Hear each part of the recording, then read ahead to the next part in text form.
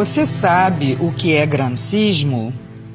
São ideias provenientes do filósofo comunista marxista italiano Antonio Gramsci. Fundou a tese de que para implementar o socialismo numa sociedade, o melhor caminho é ir alterando aos poucos a estrutura de todas as instituições humanas, incluindo as religiosas, educacionais, morais, culturais, jurídicas, governamentais e midiáticas da mídia. Uma sociedade culturalmente e moralmente fraca é muito mais vulnerável a presenciar revoluções de qualquer tipo. Gramsci postulou o conceito de hegemonia cultural, que é o domínio ideológico de uma classe sobre a outra, trazendo o enfraquecimento do capitalismo, culminando em uma revolução e ditadura comunista. Uma nação inteira fica dopada e dominada, formando uma sociedade idiotizada para que se perpetuem no poder. O gramscismo vem sendo adotado em vários países da América do Sul, como Bolívia, Chile, Nicarágua, Argentina, Uruguai, Peru, Guianas, Venezuela e Brasil. Aqui se tornou mais forte no governo de Fernando Henrique Cardoso, quando este permitiu a criação do Foro de São Paulo, proposto por Lula e Fidel Castro. Essa doutrina está sendo inserida em doses homeopáticas na veia da sociedade, e muitos não acreditam que estejam contaminados. O golpe comunista é feito em etapas. Primeira etapa: um governo populista. Essa fase pode ocupar várias presidências do mesmo partido ou da mesma coalizão. Assistencialismo. Ao aumento de bônus familiares por filhos, grávidas, planos de emergência, bolsas, etc. Objetivo: votos de cabresto na próxima eleição e controle sobre a classe pobre. Inchaço da máquina governamental. Com o aumento de cargos públicos, estimam-se 4 votos do grupo familiar por cada emprego público. Os capitais privados começam a diminuir seus investimentos e seus empregados são absorvidos pelo sistema público. Objetivo: votos de cabresto na próxima eleição.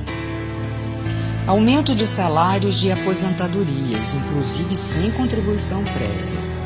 Inicialmente, contam com a aprovação da classe trabalhadora e dos sindicatos. Depois, começa a espiral inflacionária que anulará todos os aumentos. O custo de vida dispara e o objetivo é fidelização de eleitores e votos de cabresto na próxima eleição. Meios de comunicação. Todos recebem dinheiro do governo, ficando assegurada a publicidade oficial. Transmitem notícias distorcidas e com visões que interessam ao sistema para manipular a massa, e depois começa a censura, impedindo totalmente o conhecimento da realidade através, inclusive, do controle da internet, que se tornará interna e restrita. Aqui no Brasil, vemos a perseguição àqueles que combateram a subversão nos anos 60. Demonizam as forças armadas, o regime militar, taxando-o de ditadura e outras mentiras, criando uma imagem de inimigo inexistente, porém temido. A corrupção, esta se fará presente no círculo dos amigos do governo, que estarão protegidos pela impunidade, os deixando livres para saquear os cofres da nação.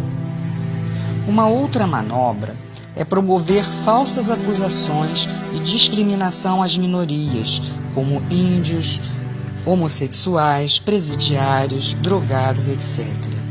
Legisla a favor dessas minorias com o objetivo de criação de grupos ideológicos para a defesa do sistema e ainda a fidelização de eleitores para a próxima eleição. Porém, quando o comunismo tiver totalmente instalado, todos serão rejeitados. A delinquência é uma ferramenta essencial para a implantação do comunismo. Dominam as ruas, infiltram-se em manifestações como grupos extremistas, os Black Blocs, que são financiados, assim como os agentes e líderes de movimentos sociais para prejudicar os que são contrários ao sistema. Segurança. Haverá um desmonte progressivo, falta de equipamentos, atraso nos salários, desmoralização por supostos atos de corrupção e violência. Leis que beneficiam os infratores e prejudicam a ação policial. E sobram autoridades para garantir direitos humanos para criminosos, em detrimento das vítimas, incentivando e acelerando a violência. Partidos.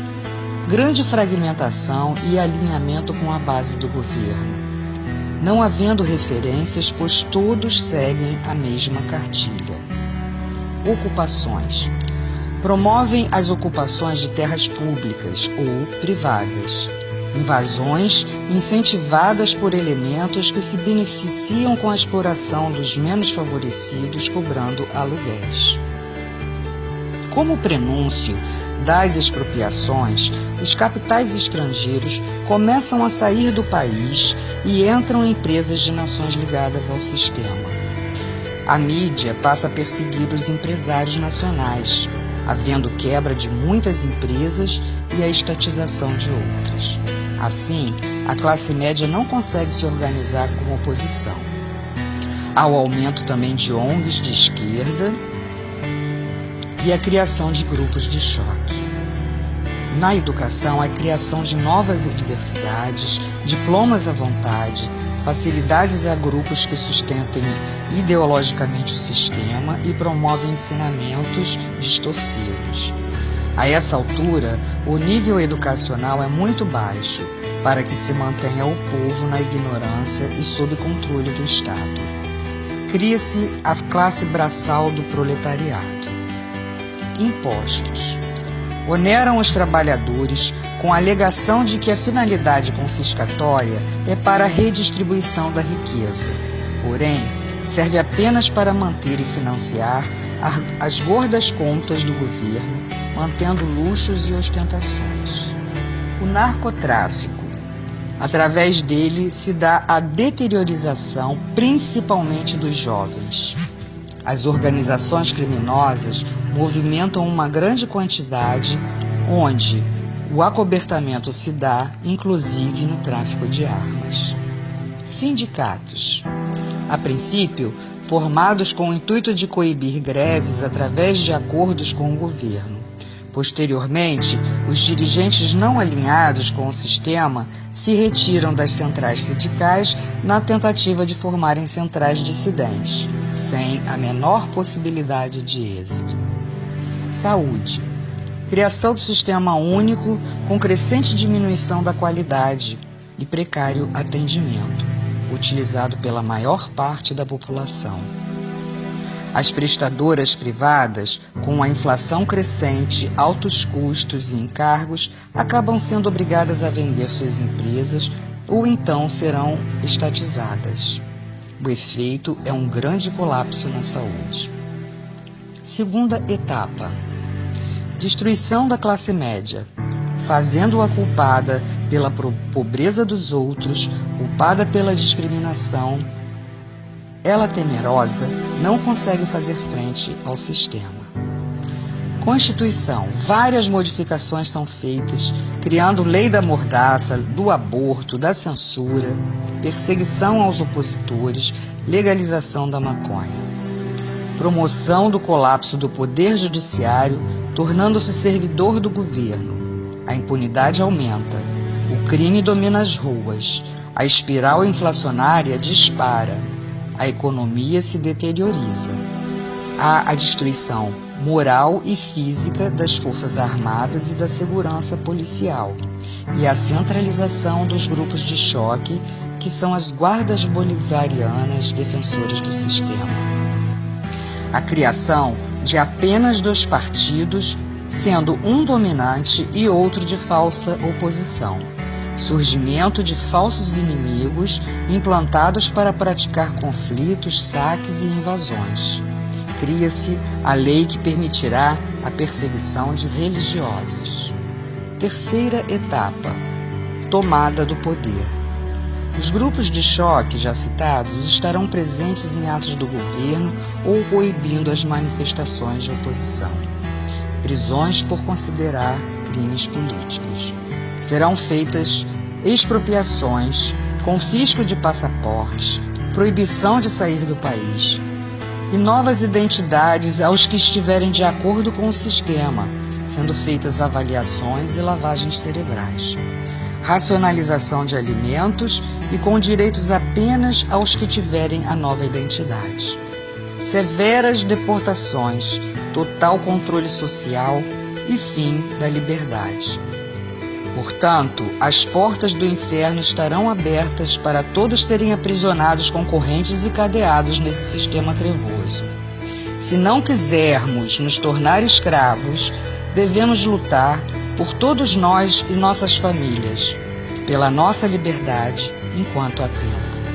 Saber o que se passa é um direito de todo cidadão.